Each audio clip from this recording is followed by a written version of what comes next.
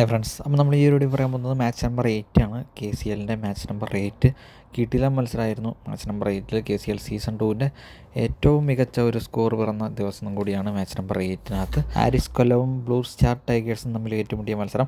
ആദ്യം ബാറ്റിംഗ് ഇറങ്ങിയ ആരിസ് 236 റൺസാണ്. മികച്ച ഒരു ടോട്ടൽ തന്നെയാണ്. 5 വിക്കറ്റ് നഷ്ടത്തിൽ 20 ഓവറിൽ സ്വന്തമാക്കാൻ സാധിച്ചത്. അവർക്ക് വേണ്ടി വിഷ്ണു വിനോദ് 94 റൺസ് സ്വന്തമാക്കി. അതുപോലെ തന്നെ സച്ചിൻ ബേബി 91 റൺസും സ്വന്തമാക്കി.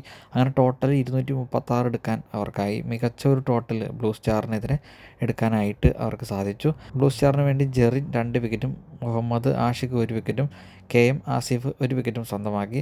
പക്ഷേ ആരിസ് കൊല്ലത്തിനെ പിടിച്ചു കെട്ടാൻ അവരുടെ ബോളിംഗ് നിരക്ക് ആയില്ല എന്ന് പറയാം. 236 എന്നുള്ള ഒരു വമ്പൻ ടോട്ടൽ തന്നെ കെട്ടിപ്പടുക്കാൻ അവർക്കായി.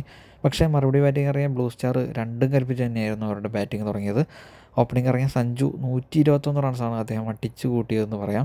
51 ബോളിലാണ് അദ്ദേഹം 121 റൺസ് സ്വന്തമാക്കിയത്. അതിനകത്ത് 7 സിക്സും 4 ഫോറും അടക്കമായിരുന്നു സഞ്ജുവിൻ്റെ ആ ഒരു മികച്ച ബാറ്റിംഗ്. പിന്നീട് വന്ന മുഹമ്മദ് ആഷിഖ് 45 റൺസും മുഹമ്മദ് ഷാനു 39 റൺസും സ്വന്തമാക്കി. അവസാന ഓവറിൽ ത്രില്ലർ മാച്ചിലേക്ക് പോയ മത്സരം.